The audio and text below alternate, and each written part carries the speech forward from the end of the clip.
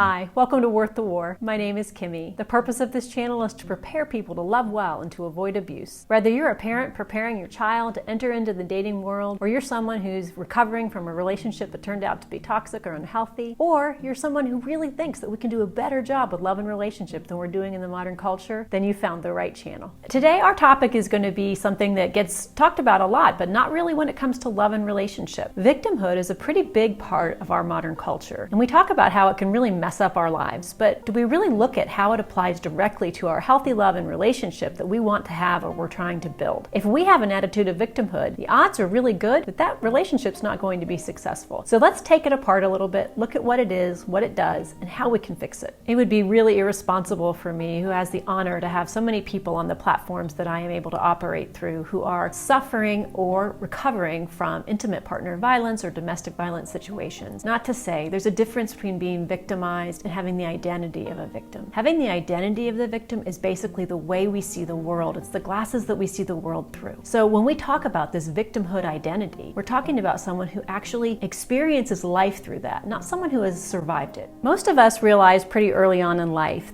problems are not really breaks from reality, but they're a big inherent built-in part of reality. So when we think about what having a victimhood personality or identity looks like, it looks like someone who doesn't seem to grasp that. Every problem that comes along tends to be reduced into, why is it always me? How can this always happen to me? Why can't I find good people in my life? Why aren't there people around who actually care about me? I'm not saying these things can never exist in a healthy mindset. I'm simply saying they're things that we spend less time on, and we spend more time finding solutions for the problems that life is going to bring us. When we're talking about this victimhood identity, what we're really saying is that this is something that people don't wake up one day and choose, I'm going to be a professional victim.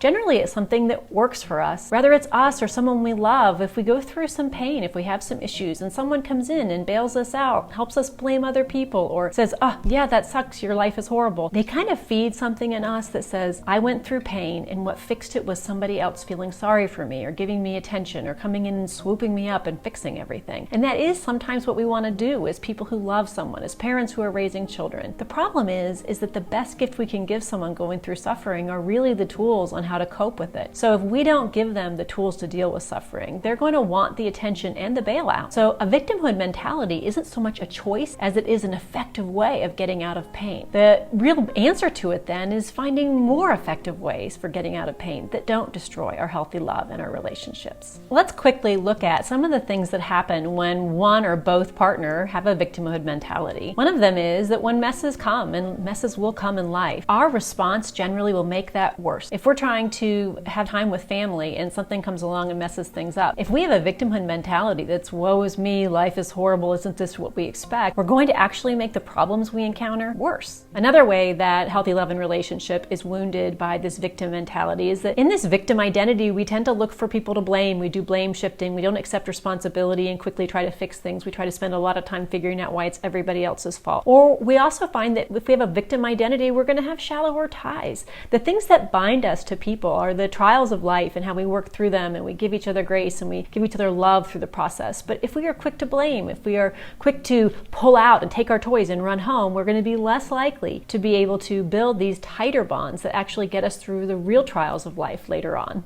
A victimhood mentality really creates a pedestal and fall environment where you bring people in and they're new and they haven't hurt you yet and they just seem to be perfect and we really believe that they are, and then they fall and everything is all over again what it used to be, which is people consistently hurting us and messing with us and not being able to connect. So we create this cycle. So you can start to see that between the pessimism and the inability to connect healthy and the blame game and the responses and the messes, that healthy relationship is absolutely impacted by this idea of a victimhood identity. So let's get really quickly into how we can fix some of those things in ourselves and how we can be cheerleaders for the people that we love to fix it within themselves. One of the best tools that we have to help people avoid the victimhood mindset is a really good and healthy factual basis to identify whether their relationships are healthy. You need to ask yourself simple questions. Is it reciprocal? Are they healthy people themselves? Do they live healthy lives? Is it an honest relationship? If we can identify the difference between patterns that need to be changed versus a character that is not going to change, we then can go into this without an idea of everybody's after me, but more, how healthy are my relationships and what is my part of that? The second thing that you can do that really helps us avoid this idea that everybody's after us and life is just stacked against us is having realistic expectations of the people in our life and being able to put ourselves in their shoes on a regular basis. I mean, think about it every day. When somebody constantly feels like they're coming at you, when was the last time you considered what it was that they were going through? The next thing that you need to do when it comes to making sure you don't fall into a victimhood mindset is to get a handle on your flaws and your insecurities and the things that drive you so that you can better give empathy and kindness and patience for the people in your life that are going to have the exact same things going on. So the more that you identify where your weaknesses are, understanding yourself, the more likely you are to be able to extend that kind of grace to somebody else. Are you fully aware of how much grace you're expecting other people to give you so you can turn that around and heap it back on them? The most direct way to prevent victimhood from overtaking your identity is to be able to look at how you respond to the problems of life. We already said there's no faucet to turn off problems and issues and pain.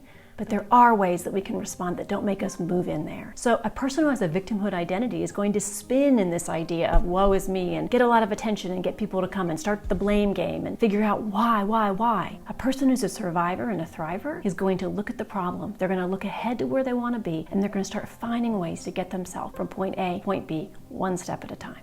So what we can do to prevent ourselves or the people we love from falling into this victimhood identity is we take a realistic inventory of our relationships. We really look at how realistic we are with our expectations of other human beings. And then we look at overall an honest assessment of how we respond to the problems in our life. The last one is probably the most important. And it's the idea that if we look at our life as a web of things, as long as we keep our problems in the center of the web, we will need to be rescued because everything else is going to be falling apart when that center of the web is challenged. If instead we look at our life as a journey and problems are just part of that journey, we aren't going to be bowled over by them when they happen because we're going to know that they're coming. We're also not going to make them the middle of our life, so we need someone to come in and give it attention and shed light on it. Rather, it's a part of our life. And sometimes when we really need help, the people who are our ride and dies are going to come, they're going to help us, and they're going to share it with us. In the end, we are all dealing with problems and issues day in, day out. We need each other's support, but mostly what we need is to be able to handle it in a healthy way